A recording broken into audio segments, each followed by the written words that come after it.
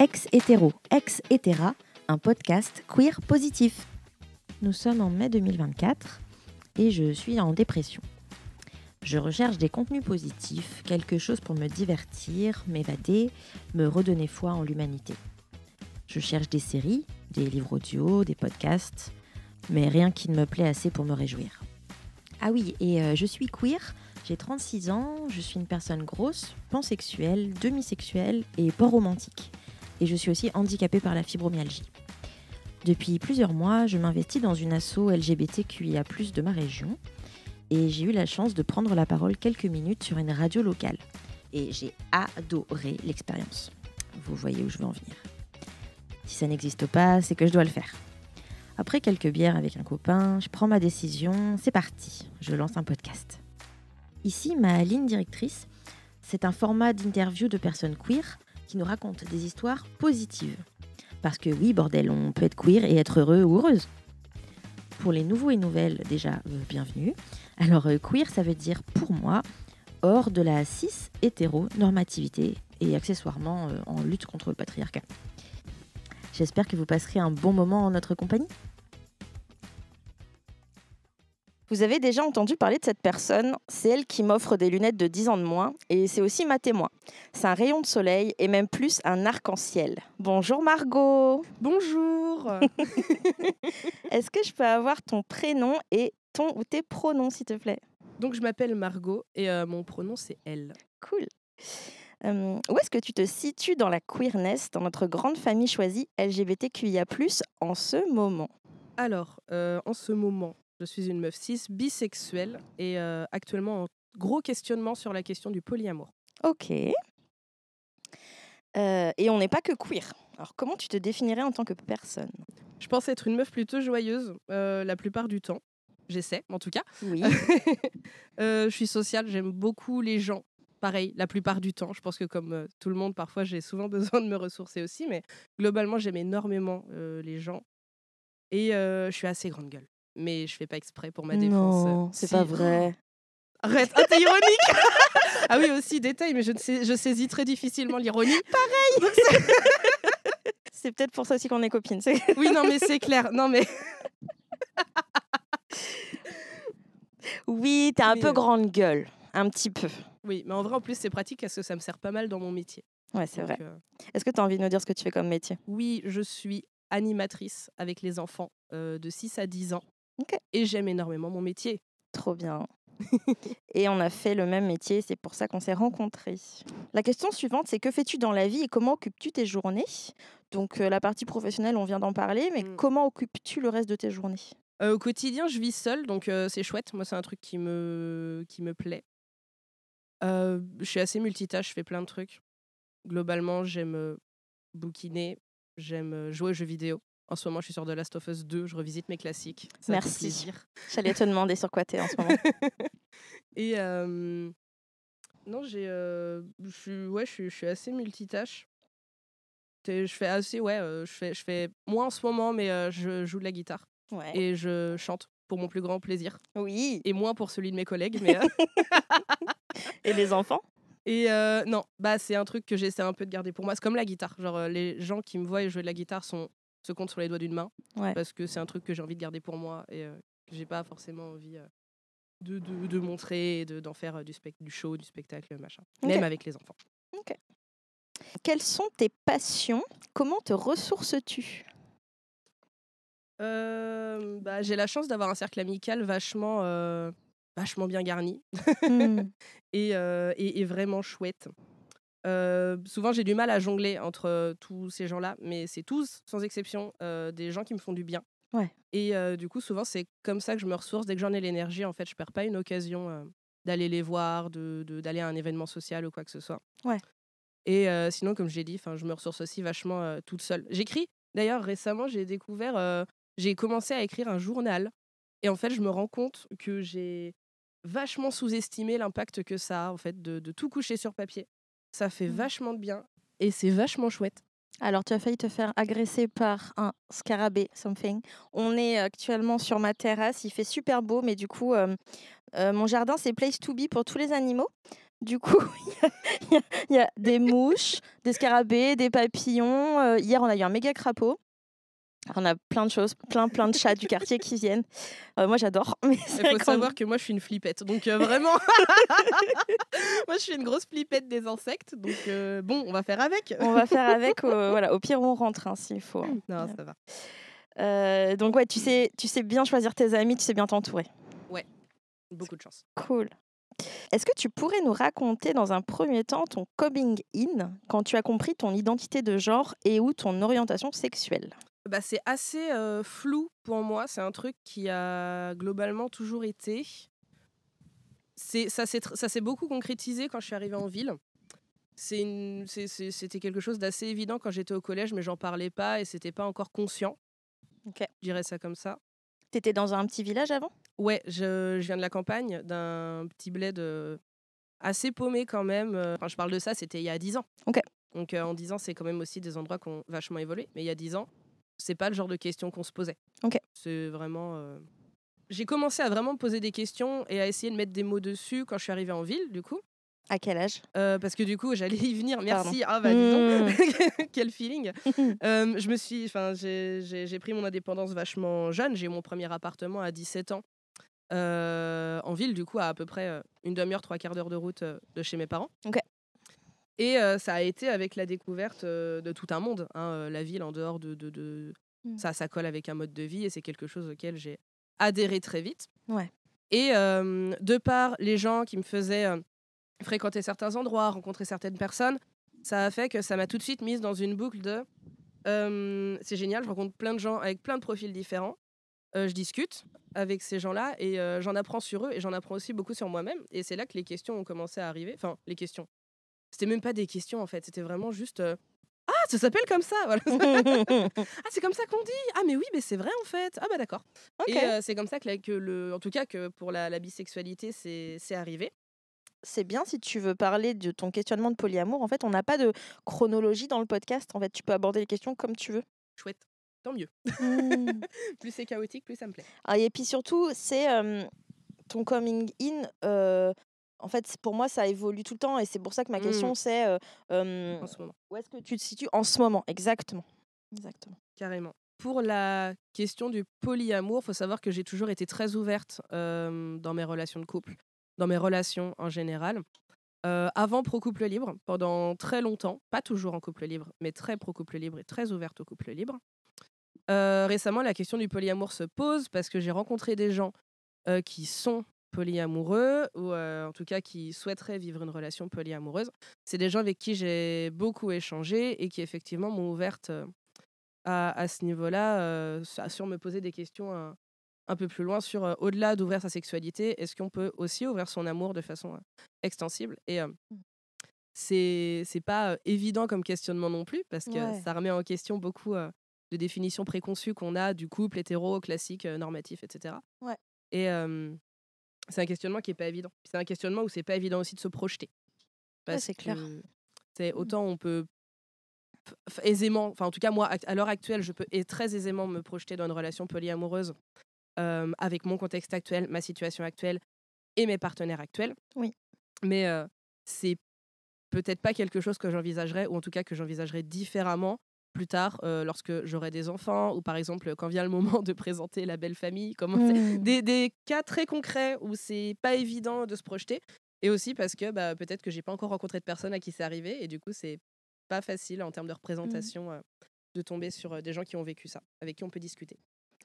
C'est super cool justement de représentation parce que je vais essayer de vous présenter différents contextes de personnes, différentes situations. C'est aussi important pour moi la représentation en milieu rural parce que c'est ce que tu disais tout à l'heure que c'est comme ça que ça s'appelle. Voilà. Moi je vis aussi en milieu rural en fait, j'en ai pas encore parlé, mais c'est important pour moi aussi d'être visible. Ça va être à l'école, ça va être dans mon petit village. C'est important pour moi de montrer que je suis avec une femme, d'autant plus avec une femme qui se genrait au masculin avant, dont tout le petit village a été au courant très très vite. Elle a dû faire 1 million de coming out.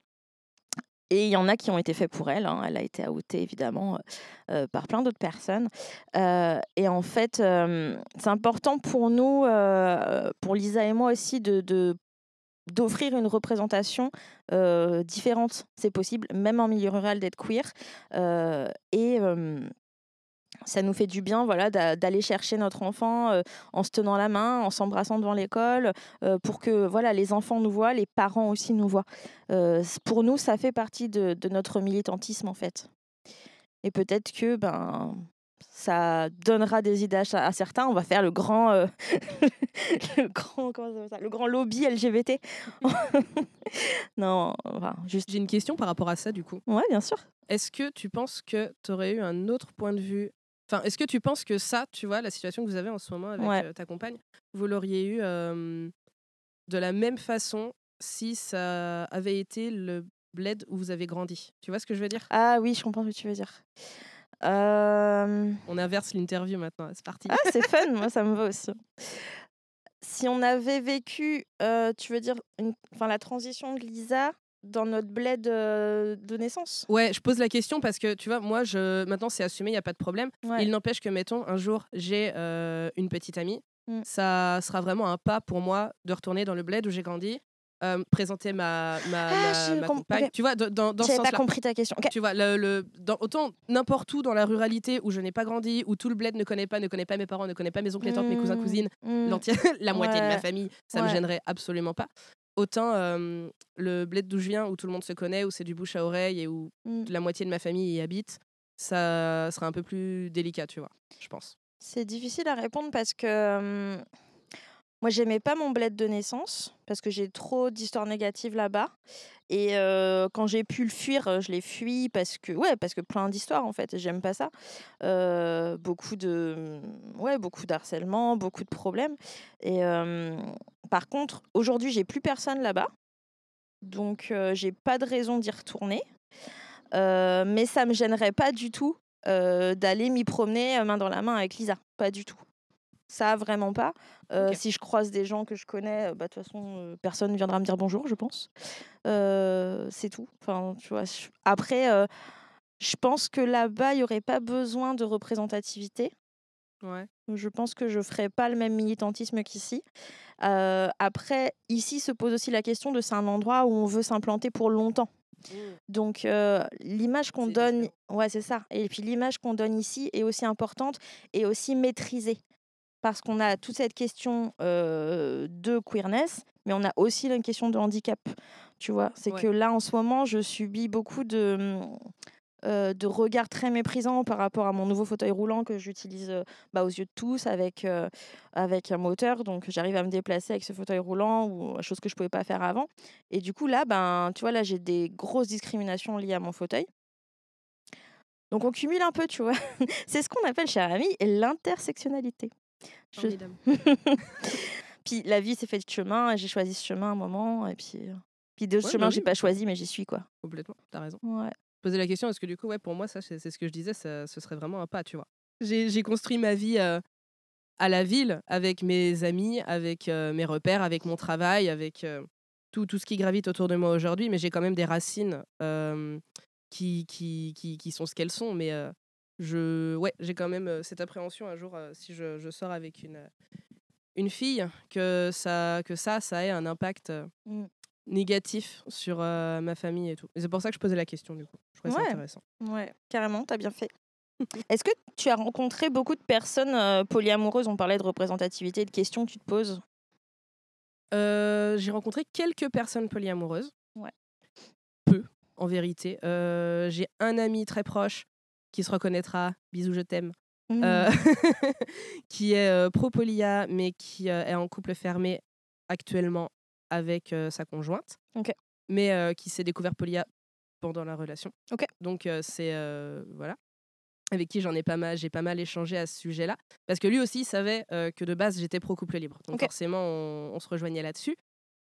J'ai eu l'occasion de rencontrer aussi une personne avec qui c'était même pas un vrai échange sur le sujet, tu vois, c'était vraiment on s'était croisés, il avait fait quelques vannes sur le fait qu'il était polia, et ça a été la première fois que ça a tilté dans ma tête. À cette époque-là, j'étais encore en couple. Et en fait, il y a aussi la dimension, j'ai l'impression, où les couples libres et les couples polia sains sont rares. Ouais. Je le dis, hein, mais ça m'écorche un peu la gueule de le reconnaître. J'ai vraiment cette sensation que le polyam et le couple libre de 1 sont, quand ils sont représentés, sont souvent mal représentés. Ou pour de mauvaises raisons. Ouais.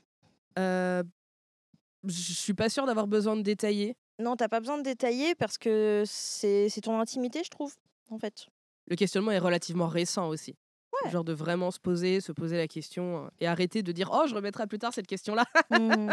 Ça, c'est vachement récent aussi. J'ai quand même eu des exemples de couples où ça se passait bien et tout. Mais effectivement, et surtout des représentations de couples libres, de couples polyamoureux qui vieillissent correctement. Licorne à 3 cornes. Ouais. Vraiment. Ouais. Pourrais-tu nous raconter quelques-uns de tes coming out positifs ou le plus positif? Non. J'adore cette réponse parce que j'ai pas fait de coming out. J'en ai fait un. Alors déjà, reprenons au début. Quand j'ai un truc important qui me concerne à dire, je vais pas aller le dire en mode j'ai quelque chose à vous dire, comme si quelqu'un était mort. Pas de solennel. Voilà, c'est ça. C'est pas, j'ai pas envie de l'aborder comme quelque chose de grave ou d'important. Et global, hein, qu'on parle de mon identité, de genre de sexe, etc. Ou de un truc de la vie de tous les jours. Yes. Je préfère, c'est des sujets que je préfère aborder de façon légère. Donc du coup, non, j'ai pas de coming out positif à raconter. Ça a toujours été comme ça. Mes amis, d'aussi loin que je m'en souvienne, donc mes amis que je me suis fait en ville, on va dire ça comme ça, mes amis que je me suis fait en ville, ont toujours plus ou moins été au courant. Le jour où ça m'est arrivé d'en parler en soirée, là, j'imagine que ça a dû être autour d'un verre ou d'un je n'ai jamais ou d'un défi à la con dans ce genre-là. Et ça a jamais surpris personne, ça a jamais étonné personne. Donc comme je disais, moi j'aborde pas les trucs de façon solennelle. Pour le coming out avec donc mon frère, ma sœur et la compagne de mon frère, c'était à un mariage lors du bal. On était à l'extérieur sur la terrasse en train de fumer et de picoler parce que c'était un mariage et qu'il était quelque chose comme 00h30, 1h du matin. Et je balance de but en blanc autour de notre petite tablée. Je sais pas comment dire aux parents que je suis bi. Et alors, on va pas se mentir, j'avais un petit coup dans le nez. On avait tous un petit coup dans le nez. Et ça m'a sûrement aidé à balancer le truc sur la table. Il n'empêche que la réaction escomptée était là. Ma sœur s'en doutait fortement, m'avait jamais posé la question, mais s'en doutait fortement, donc a à peine réagi. Ouais. Mon frère a éclaté de rire et m'a fait « Je me fiche de comment tu le fais aux parents, je veux être là !» Donc on a beaucoup rigolé. Et comme je le disais tout à l'heure, en fait, c'est quelque chose qui étonne pas les gens. Ouais. Il y en a personne autour de cette table n'a eu la réaction de « Ah bon ?» et nanan et trucs. Non, c'est rien. Clair. C'était OK, et ben vas-y, on va te donner des tips sur comment le dire aux parents. J'aime beaucoup comment tu l'as raconté en mode aidez-moi, venez dans ma team et je vous balance une question en fait. Je vous donne pas une affirmation, c'est je vous donne une question. Comment on va voilà, venez dans ma team les gars. Comment on va je vais le dire aux parents s'il vous plaît. Aidez-moi. Vous êtes plus âgés que moi, aidez-moi s'il vous plaît. Ouais, mais c'est ça, j'ai beaucoup d'écart d'âge avec mon frère et ma sœur. Oui. Et c'est un truc qui m'a toujours plus ou moins servi et j'ai la chance d'être quand même assez proche d'eux. Ouais. C'est quand même un avantage. Ouais. Et du coup, le deuxième coming out qui m'a fait beaucoup rire, c'était au travail. J'ai une collègue qui travaille en cuisine, qui est nettement plus âgée que moi, elle pour le coup, avec qui je m'entends super bien. Ouais. Deux grandes gueules, deux tout le temps dans la vanne, on est copines comme cochons. Et je lui donne des petits surnoms. C'est notre truc, c'est tous les jours, elle a droit à un nouveau petit surnom. Okay. Et je sais plus, à un moment donné, elle a dû faire une vanne du style... on pourrait croire que t'aimes les filles. Je l'ai regardé, je suis bi, hein, tu sais. Elle a fait un hurlement de sorcière. En fait, c'est une femme, quand elle crie, elle a une voix un peu comme ça, tu vois. Et c'est une femme, quand elle crie, elle fait « Ah !» comme ça. Et du coup, elle a vraiment fait un bruit de corbeau. Mais pas, alors, c'était pas, je décris ça comme ça, mais c'était pas du tout un cri de... Ah, c'était pas un cri de dégoût. C'était un cri positif. C'était un cri de surprise. Ouais. Parce qu'elle s'attendait pas à ce que je lui réponde ça, parce qu'on était en train de vanner depuis 10 minutes, et elle s'attendait pas à ce que je lui dise d'un air très sérieux. Bah oui. Voilà. Et j'ai éclaté de rire, et je me suis quand même un peu foutu de sa gueule en mode... Bah quand même, tu t'en doutais même pas. Juste après, je l'ai chopé et j'ai été voir tous mes collègues en mode Sandrine, elle savait pas que j'étais bi. Et voilà, ça m'a fait beaucoup rire. Et... après, on en a rediscuté une demi-heure plus tard et elle m'a dit, mais tu sais, moi je m'en fous et tout, y a pas de souci, t'inquiète pas, machin. Et c'est elle qui est revenue vers moi pour me dire ça. Ok. Et voilà, ça m'a fait beaucoup rire. Et c'est quelqu'un qui aurait l'âge d'être ma mère, en fait. Ouais. Donc, c'est vraiment ça m'a beaucoup fait rire. Le choc des générations. Ouais, mais j'adore. Au travail, on bosse avec plein de gens très différents en termes d'âge. Et c'est génial. Ouais. Moi, je m'éclate. Ouais. C'est aussi la richesse de l'animation, je trouve. Ouais, carrément. Ouais. Moi, j'ai jamais été aussi heureuse depuis que j'ai découvert que j'étais pan. Enfin, il y a un moment, je suis ultra fière. Enfin, Non, mais Pauline, tu sais que faut que je te confie un truc. Tu le laisseras ou pas, mais tu sais que le jour où tu m'as dit que t'étais pan, Ouais. je te l'ai pas dit parce que sur le moment, j'étais en mode d'accord. J'étais en mode bah moi je pensais que tu le savais déjà. Je sais pas comment te le dire autrement, mais dans ma tête c'était comme évident, tu vois. Je sais pas, j'avais un truc quand tu me laisses pour ça en fait. Vu qu'en plus tu m'en as parlé avec le coming out de Lisa, j'ai pas osé te le dire comme ça. Okay. Tu vois, mais dans ma tête ça a fait bah oui. Ah, c'est un coming out, merde. Je me rappelle pas du tout quand je t'en ai parlé. On était posés là, j'ai débarqué chez vous. Et vous étiez posé avec Lisa pour me parler de son coming out et de ce qui s'est passé et tout. Ouais. Et tu m'avais drop le truc et j'avais fait ah, cool. Génial. Et dans ma tête, c'était ah, bah, elle l'était pas avant, du coup. Bah, okay. Oh, bah, quand même. Même, j'avais lâché un truc du style non, sans blague. Et t'avais regardé Lisa, t'avais fait bah oui et tout. Et moi, dans ma tête, t'avais fait mais non, mais sans blague, juste toi, Pauline. Enfin, genre... Je me rappelle pas du moi, tout. Je m'en rappelle méga bien parce que du coup, j'ai vraiment eu cette sensation de flottement entre. Bah oui. Ah, ça coming out, putain, merde. Trop bien que tu me rappelles ça, merci beaucoup. Ah vraiment, bah, je te rappellerai souvent alors parce que vraiment, ça m'a marqué ce truc. On se connaît quand même depuis un moment maintenant, bah oui. Tu vois. Moi, depuis le début du BP, c'est obvious, tu vois, que c'est queer. Enfin, genre... Je savais quelque part j'étais queer, mais je savais pas où, et puis j'étais pas sûre, et nanani. Bah, visiblement, je le savais mieux que toi. Bah, alors, mais clairement. Clairement, tu saviez mieux que moi. Le guédard, c'est un mythe ou pas? En vrai, je sais pas. Je sais pas si c'est un mythe. Ouais, c'est un sujet à débat, le guédard. Ouais. Vas-y, débat. Ah ouais, ok, on y va. Okay. Non, mais si t'as envie. Alors, le guédard, il faut prendre des pincettes parce que c'est un truc qui peut être aussi beaucoup lié aux stéréotypes. Exactement, c'est ça que je voulais dire. Voilà. Merci. Et mais je trouve aussi qu'il y a... En fait, c'est hyper chiant à expliquer. Pas chiant, mais... On n'est pas obligé d'y aller. Hein. En fait, si j'ai grave envie d'y aller, c'est trop intéressant comme sujet. Bah ouais. C'est... En fait, pour moi, la communauté queer vient avec une ouverture d'esprit. Ouais. C'est la capacité à se remettre en question, à mettre sa propre identité en question, à remettre ce qu'on prend pour acquis souvent en question, notamment la question du genre et tous ces trucs-là. Ouais. Et en fait, quelqu'un qui va avoir une ouverture d'esprit sur ces sujets-là, sans forcément s'y identifier, mais quelqu'un qui va avoir cette curiosité de se renseigner, de se sensibiliser vis-à-vis de ces sujets-là, pour moi, c'est quelqu'un qui a plus de chances de se remettre en question, forcément. Et donc, bah, par extension, c'est quelqu'un qui a plus de chances d'être queer. Oui. Je pense profondément que le guédard, ça vient de là.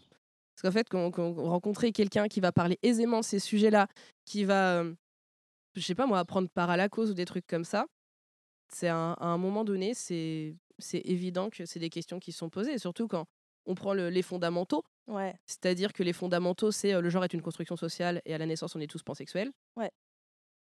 Bah ouais, les gars. Voilà. Ah, c'est trop mignon. Enfin, c'est trop mignon. J'ai jamais vu ça comme ça. Mais oui, enfin, c'est une forme de guédard qui existe. Oui, complètement. Puis c'est le queer d'art, tu vois. Ouais, de ouf. Oui, voilà, mais clairement, c'est large. T'as raison. En plus, c'est pas le guédard, c'est. Oui, enfin, c'est le queer d'art. Oui, c'est le queer d'art dans le sens où si tu sens que la personne elle est un minimum renseignée sur tous ces sujets, c'est parce qu'elle est queer. Ouais. Si je résume, c'est ça? Ouais, en gros, ouais. Okay. Ou que à un moment donné, elle va se découvrir, en fait. Comme ça a pu être le cas pour toi, en fait. C'est con, mais l'exemple très concret, il est sous mes yeux. À un moment donné, moi, ça m'a tilté avant toi. Bah tu vois. Mais je le savais même pas. C'est-à-dire qu'à aucun moment, on a eu cette discussion. Au fait, toi, je crois que tu savais que j'étais bi déjà à ce moment-là. On n'en a jamais parlé non plus. Je sais même pas. Ouais, tu vois, on n'a jamais eu cette discussion. Je crois qu'on a parlé de couple libre avant d'avoir parlé de bisexualité. Ouais, on a parlé de couple libre assez tôt parce que c'est un truc... alors pour le coup, je crois même que j'ai très vite percuté l'aspect couple libre avant même l'aspect bi. Ouais, et puis moi, c'est un Mais truc qui m'intéressait parce que j'avais jamais rencontré de personnes qui le vivaient au quotidien. ouais. Enfin, toi, tu le vivais plus à Je ce le vivais moment-là. plus au quotidien, mais ça faisait quand même partie de moi. C'est quelque chose que j'avais déjà expérimenté auparavant Ouais, et ça faisait clairement partie de mon identité. ouais. Mais ouais, on n'avait jamais eu cette discussion avant. Non. Pourrais-tu nous parler d'une relation amoureuse ou amicale positive et comment cette personne te rend heureuse? Oui, Est-ce que tu as réussi à choisir quelques relations? oui, parce que je t'avais dit que je trouvais cette question méga difficile. Oui, oui. Comme j'ai déjà dit avant, j'ai la chance d'être méga bien entourée, genre tout le temps. Mm. Vraiment, c'est une dinguerie. Je suis très très contente et très très fière de ça. Ouais. Que ce soit mes amis qui sont absolument géniaux ou même mes collègues qui pour la plupart sont incroyables. Du coup, j'ai cogité pas mal sur la question et j'ai envie de mettre l'accent sur un truc un peu plus atypique en ce moment dans ma vie. C'est mes 2 partenaires actuels qui sont des personnes géniales avec qui j'entretiens des super liens de confiance. Il y a aussi beaucoup de bienveillance et de transparence dans cette relation, dans ces relations. Ça peut sembler bizarre car on n'est pas amoureux ni rien. C'est des relations où il y a rien d'engageant entre nous. C'est des relations qui, dans les faits, sont vouées à se terminer un jour. C'est comme Ok, ça, c'est le deal. ok. Il n'empêche, c'est pas pour autant que c'est des relations, que je néglige et surtout je néglige pas non plus l'impact qu'elles ont dans ma vie. C'est 2 relations qui me font du bien. Elles m'aident beaucoup sur énormément d'aspects. Elles m'aident à retrouver confiance sur plein de trucs. Elles m'aident à me sentir bien dans ma peau, bien dans ma tête. Ouais. Et c'est super important. Ça fait 2 ans que je suis célibataire maintenant et ça me va de fou. J'adore ça. Mm. Mais j'ai quand même un besoin de retrouver une forme d'affection, une forme d'attachement, quel qu'il soit. Ouais. Et c'est un équilibre qui est parfait. Et j'ai beaucoup de chance d'avoir ces 2 personnes dans ma vie actuellement parce que c'est quelque chose dans lequel je me retrouve beaucoup. Mm. Et puis, comme je le disais, c'est 2 personnes absolument adorables, Mm. très communicantes, avec qui je passe de super moments, quoi. Et donc là, on n'est pas sur du polyamour, on Non, n'est pas non plus sur du couple libre. non plus. Et c'est ça qui est intéressant aussi dans ces relations-là, en fait. C'est vous y trouvez tous les 3 votre compte. Et, Ouais, et toi, tu as une relation avec ces 2 personnes-là, mais ces 2 personnes-là ne se connaissent pas, non. mais sont au courant qu'elles existent. Oui, complètement. C'est ça aussi qui est important pour moi, c'est que je me verrais pas avoir ce genre de relation avec quelqu'un qui est gêné à l'idée que j'ai d'autres relations en parallèle de lui ou elle. Ouais. C'est important pour moi qu'il y ait de la transparence. C'est important pour moi aussi parce que, mine de rien, c'est aussi un équilibre à trouver pour pas qu'il y ait l'un des deux qui se sente laissé ou je sais pas. Mm. De dire, non, ce soir je vois un tel parce que toi je t'ai vu la dernière fois. Enfin, Ouais. un équilibre aussi à trouver à ce niveau-là. Et pour le coup, c'est des personnes qui sont complètement OK avec ça, qui sont... Qui vont même te faire des petites attentions pour. Je sais que tu Ouais, vois machin, alors j'espère que tu vas passer une bonne soirée avec machin. ouais, voilà. C'est Non, trop vraiment, mignon. il y a une vraie bienveillance très mutuelle Mm. dans ces 2 relations-là et c'est super chouette. Et moi, ça me fait beaucoup de bien de les avoir dans ma vie Mm. en ce moment et même d'ailleurs pour l'un des deux depuis un moment. Ouais. Coucou chaton, tu te reconnaîtras. Mm. Mais c'est vrai que, moi aussi, en tant qu'amie extérieure, moi, je les ai jamais rencontrées, ces 2 personnes. Ouais, Mais je vois bien aussi l'état dans lequel tu es depuis que tu es avec eux, quoi. ouais.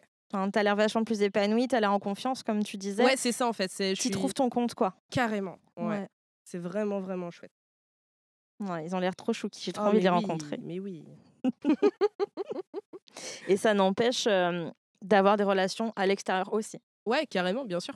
Ouais. C'est le deal. Ouais. Puis, et puis c'est le deal. Et puis au-delà de ça, ça nous va à tous. Ouais.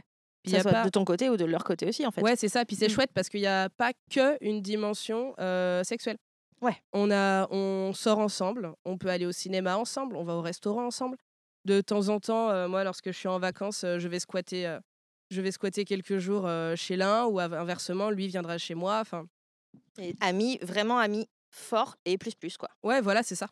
C'est un sujet que j'ai déjà abordé avec l'un des deux, ce truc de retester des trucs de vrai couple. Ouais. Tu vois ou pas? Ouais. Par exemple, moi, en 2 ans de célibat, j'ai jamais hébergé quelqu'un plus de 2-3 nuits. Ouais. Enfin, plus de 1 nuit, en fait. Ok. Et lui, une fois, est venu chez moi pour quelques nuits, plusieurs nuits.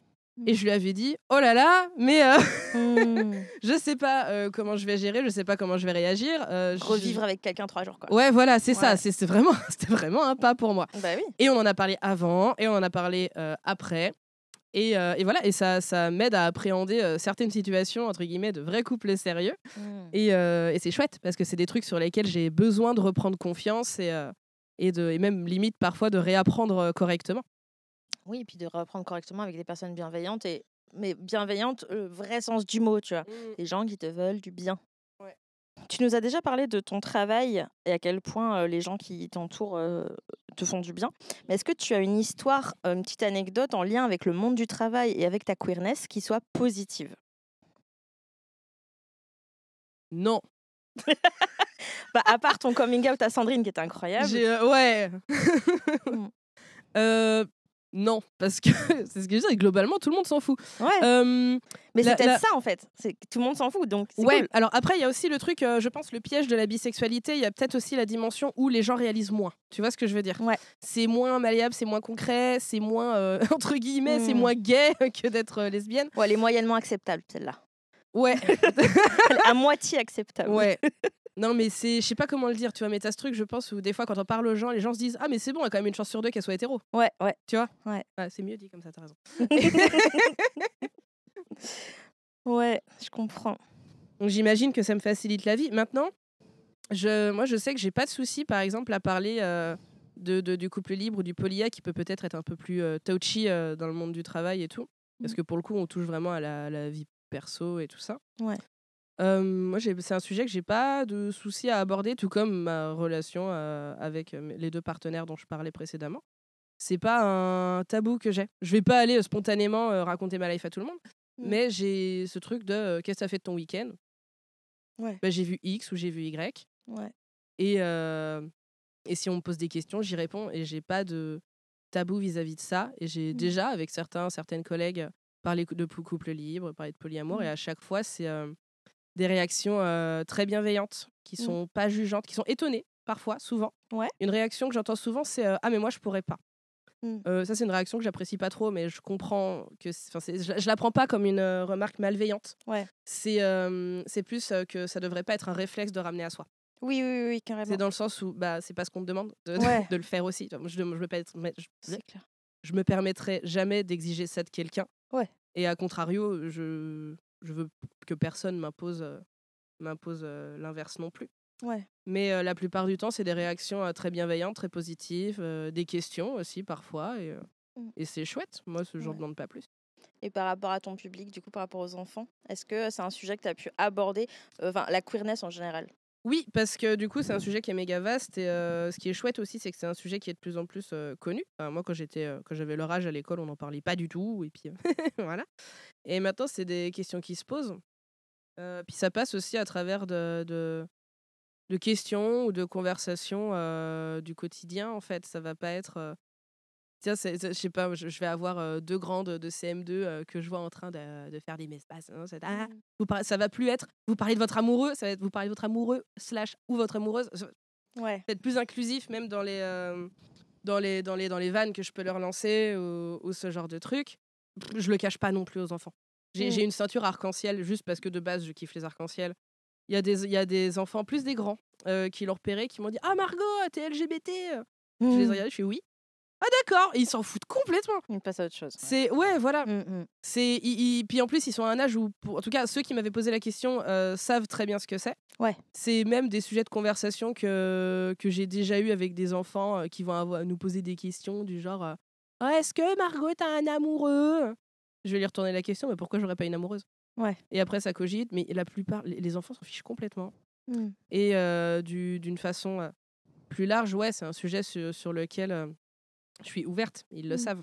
Dans ta façon d'être, tu vas ouvrir une safe place naturellement.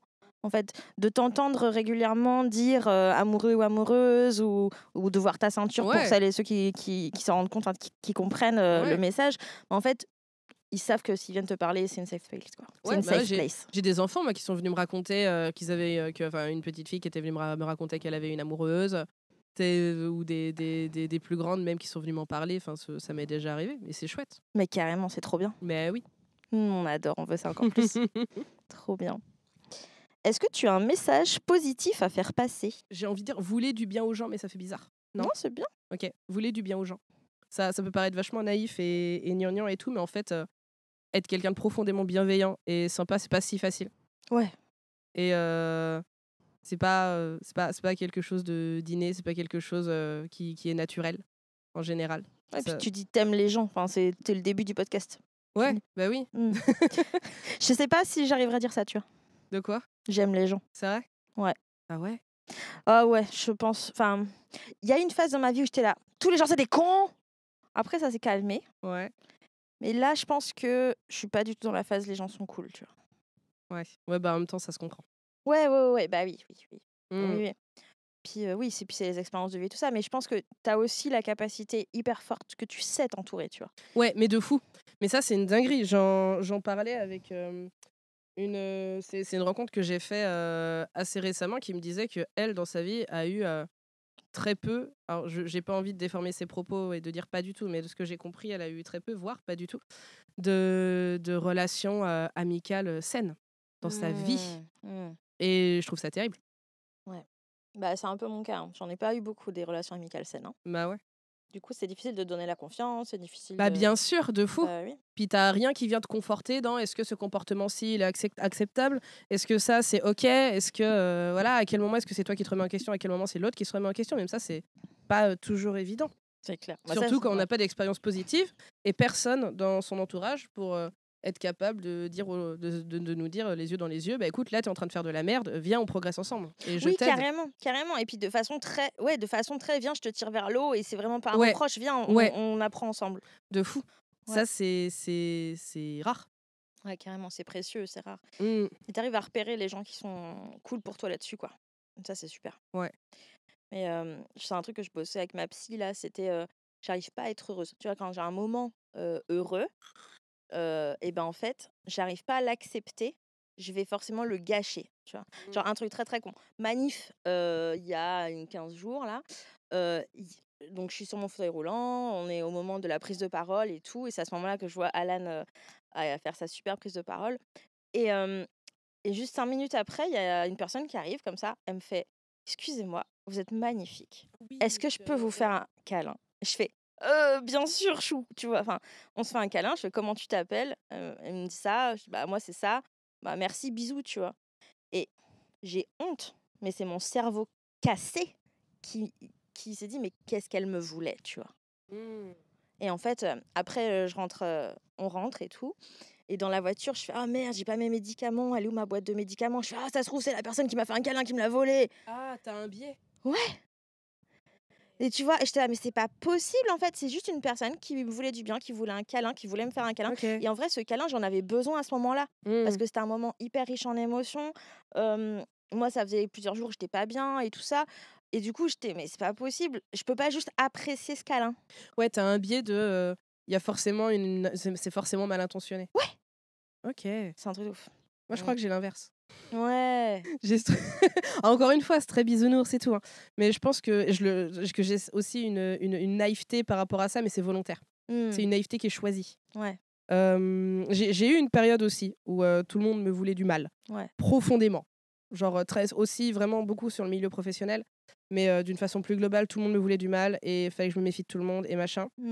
Et en fait, c'est en sortie de dépression, il y a 2 ans, quand le filtre s'est levé, que je me suis dit, mais en fait, je sais pas, j'ai eu un déclic, tu vois, je vais le dire comme si c'était simple, tu vois, mais j'ai parfaitement conscience que ça ne l'est pas. C'est venu avec un tout. Mais j'ai eu un déclic de me dire, mais en fait, à un moment donné, quitte à choisir, choisis de pas être une connasse, en fait. Ouais. Quitte à t'en prendre plein la gueule. Quitte à te prendre des couteaux dans le dos, quitte à ce qu'on te fasse des coups en douce. Sois une bonne poire. Et puis, au pire, si à un moment donné, tu as besoin de t'affirmer, tu t'affirmeras. Mais au moins, tu n'auras pas à rougir de tes réactions, tu n'auras pas à avoir ce truc de te dire j'ai suspecté la mauvaise personne, j'ai machin. J'ai eu ce déclic-là d'un coup, et en fait, c'est pour ça que j'appelle ça de la naïveté choisie. C'est-à-dire qu'à un moment donné, moi, quand je rencontre quelqu'un, j'offre mon cœur, j'offre ce que j'ai à donner. Les gens, ils prennent s'ils veulent, il n'y a pas de souci. Vraiment, s'ils veulent pas, il n'y a pas de problème. Et s'ils veulent bien, ils prennent. Et si derrière, on me le rend, c'est génial. Si on me le rend pas nécessairement, c'est pas grave, parce que je choisis aussi les personnes avec qui j'agis comme ça. Ouais. Et c'est pas nécessairement dans les deux sens, c'est pas grave. Ouais. Et par contre, si on me la met à l'envers, c'est très vite vu, en fait. Je coupe les ponts avec cette personne-là. Ou alors, idéalement, j'essaye d'en parler et on trouve une solution ensemble. Même dans ce genre de situation, je ne vais pas me retourner complètement. Je vais continuer d'essayer de forcer pour comprendre le pourquoi du comment. Je pense faire partie des gens un peu naïfs qui sont persuadés que les gens sont bien. Et que si les gens font des trucs nuls, il y a une raison derrière. Heureusement qu'il y a des Margot comme ça dans la vie. Hein. Parce que sinon, on serait pas dans la merde. Hein. Non, mais c'est magnifique. C'est magnifique et merci de nous raconter J'assume et tout ça. j'adore mon statut de bisounours. Non, mais merci parce que justement, tu acceptes de faire ça sans construire une carapace, quoi. Bah, un peu quand même, tu vois.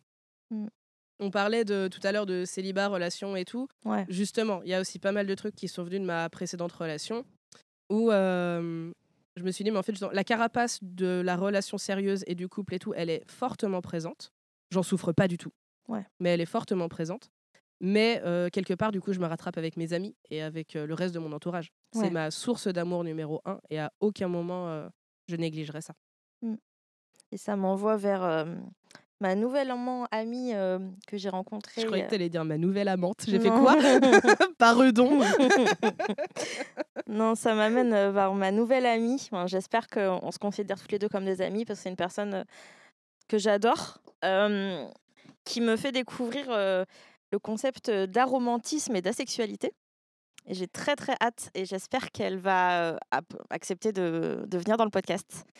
Parce que De ouf. et déjà, c'est une personne incroyable. Et vraiment. j'adorerais écouter son podcast. Ouais, elle est vraiment, vraiment incroyable. Elle a une voix magnifique. Elle est magnifique. Elle est très, très, très gentille. Et elle a une façon d'être ultra bienveillante.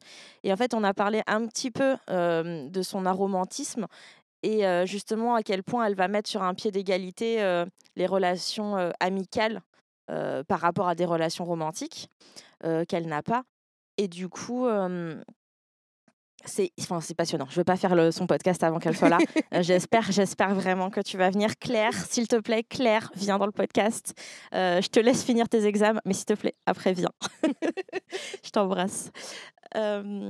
Et encore une fois, elle n'est pas que asexuelle et aromantique. C'est une personne complète, incroyablement intelligente.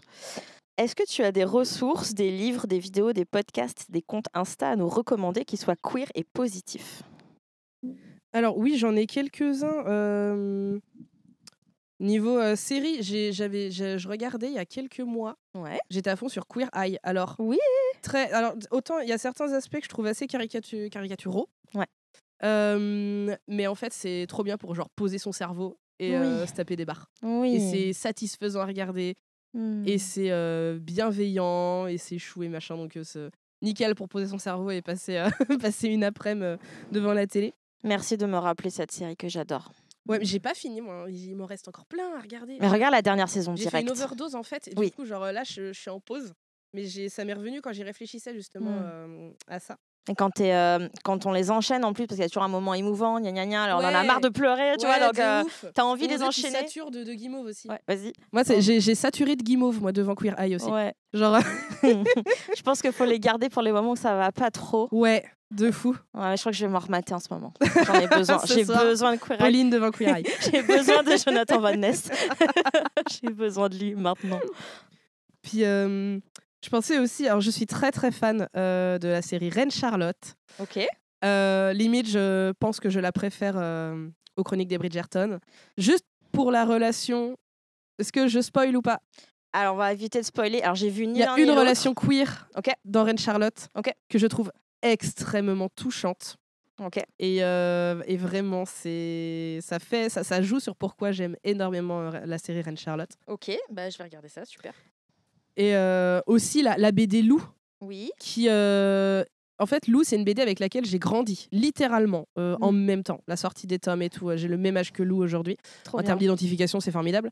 Et en fait, voir l'héroïne de mon enfance, qui a mon âge, qui a grandi en même temps que moi, qui a fait ses expériences en même temps que moi, se découvrir bi, à peu près dans la même tranche d'âge que moi, ça fait un truc. On adore. Et Lou, c'est tellement... c'est tellement bien. Enfin, j'ai pas les mots. C'est une bande dessinée... Tu te rappelles que j'aime du énormément. nom de l'illustrateur? C'est Julian Niels. Merci. Ouais. Génial. Avec sa femme, si je dis pas de bêtises, mais je n'ai plus son blaze. Ok. Génial. Et sinon, il y a un compte Insta que j'aime beaucoup, qui est pas queer, mais qui s'appelle Merci à un inconnu, Ok. qui est trop chouette. C'est genre... c'est des gens qui vont envoyer des messages de moments complètement random où des inconnus leur ont fait du bien. Bah, par exemple, ce que tu as vécu lors de la manif, Ouais. tu pourrais le raconter, tu vois, si ça te dit. Ok. Et ils postent ça sur un compte Insta. Ah, j'adore. Et vraiment, j'adore tomber dessus. Ah ouais. C'est chouette à chaque fois. Et puis, tu vois, on en parlait tout à l'heure, gagner un peu Mm. confiance en l'humanité, on est en plein dedans, quoi. Trop bien. C'était une question que j'avais préparée pour le podcast que finalement j'ai enlevée. C'était justement, est-ce qu'il y a un ou une inconnue qui t'a fait du bien à un moment? Ah, elle est trop bien cette question, faut la garder. Bah, en fait, je ne l'ai jamais posée parce que déjà, j'avais préparé la question avant de le vivre il n'y a pas longtemps.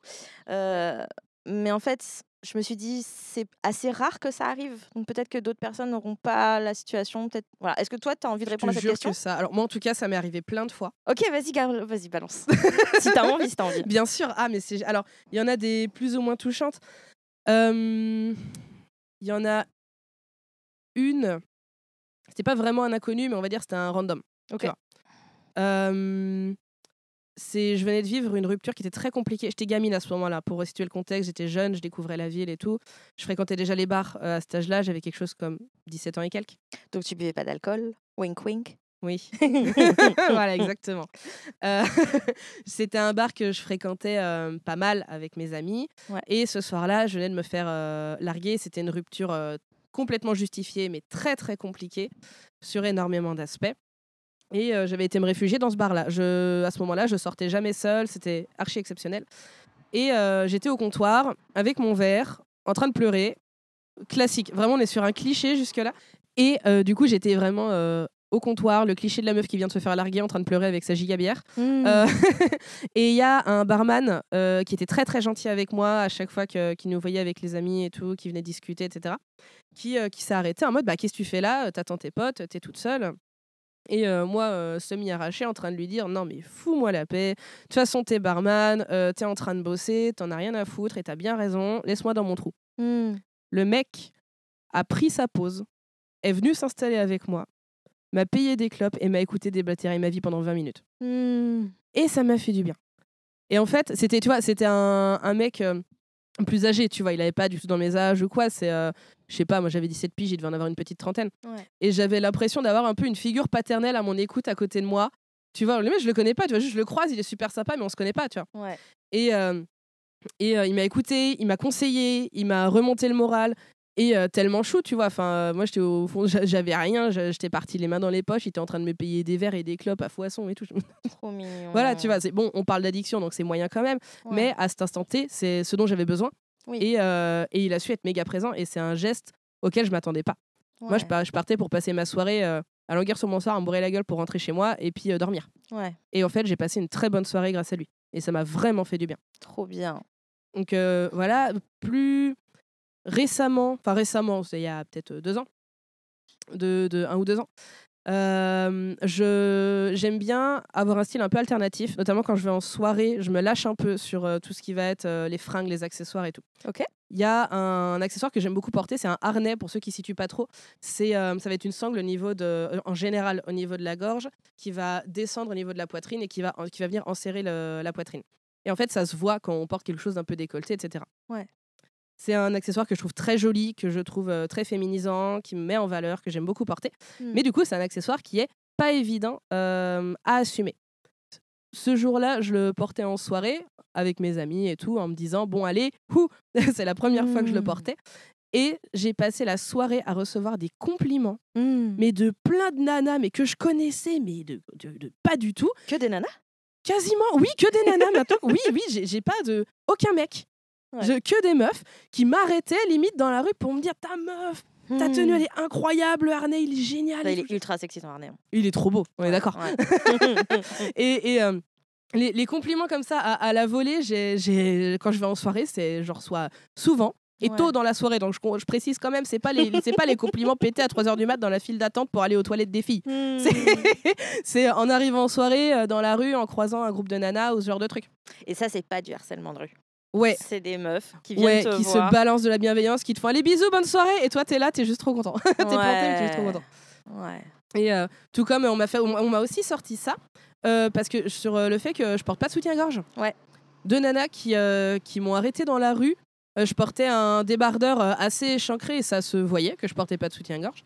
Et qui m'ont arrêté pour me dire oh là là, mais comment tu fais? Mais j'aimerais trop m'assumer moi aussi sans soutien-gorge et tout. Nanana. Et en fait, on est resté 20 minutes sur le trottoir à discuter de le no-bras, comment j'y suis venue, les avantages, les inconvénients, comment ça se passe, machin et tout ça. Et c'était incroyable. Génial. Ouais, non, vraiment, des bons trucs avec des inconnus et tout, j'en ai plein. Pareil, une fois, c'était quand je me rendais à la formation qu'on avait fait ensemble, Pauline, pendant le Covid. Ouais. Pour prendre le bus, il fallait obligatoirement un masque. Ce jour-là, j'étais presque à la bourre. Alors, j'étais à la bourre de genre 2 minutes. J'arrive dans le bus et je suis à 2 doigts de me faire jeter parce que j'ai pas de masque. Et il y a quelqu'un qui m'a donné un masque. Ouais. Merci Choupi. Et en fait, elle m'a refait ma journée. Bah oui. Parce que j'avais pas envie d'arriver en retard, j'avais pas envie de me speeder, j'avais pas envie de... Voilà. Et c'est des gestes qui à chaque fois sont gratuits et bienveillants et chouettes. On va remettre cette question dans le podcast, préparez-vous. Oui, parce que non, vraiment, c'est trop bien comme question. Et c'est typiquement des questions qui font vraiment reprendre foi en l'humanité beaucoup. Et c'est des questions aussi qui, du coup, moi j'estime... Enfin, c'est un peu chelou dit comme ça, mais j'ai l'impression d'avoir un devoir de passation derrière. Tu vois ce que je veux dire? C'est le karma. Moi, j'appelle ça le karma, mais ouais. Ouais, tu donnes et tu sais pas où tu reprendras. Non, même pas dans l'autre sens, tu vois. On m'a rendu service, donc en fait, ça m'encourage moi aussi derrière à faire du bien, même à des gens que je connais pas. Ouais. À aller plus vers les gens, à plus rendre service à des gens dans la rue qui ont besoin d'un coup de main ou une connerie. Et je trouve ça chouette. Ouais, carrément. On arrive déjà à la dernière question. Est-ce que tu as un ou une prochaine invitée à me recommander? Queer positive.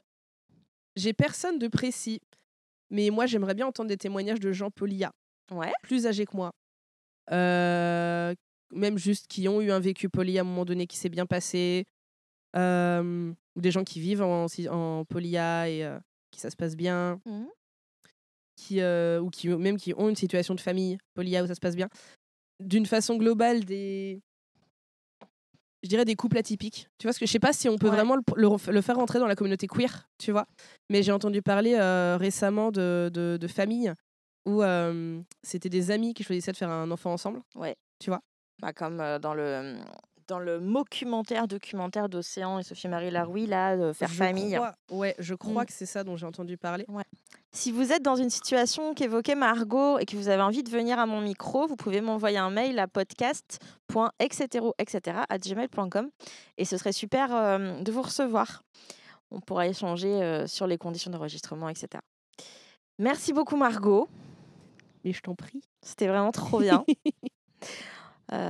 C'était vraiment un super moment et puis j'ai hâte de préparer tout ça et que tout le monde puisse l'entendre.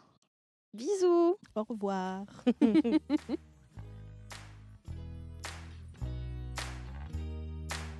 Merci d'avoir passé ce moment avec nous. Le podcast Etc. n'a pas de rythme régulier. Vous pourrez me retrouver quand les planètes seront alignées en termes de météo, santé physique et mentale, dispo des invités et bien d'autres facteurs encore.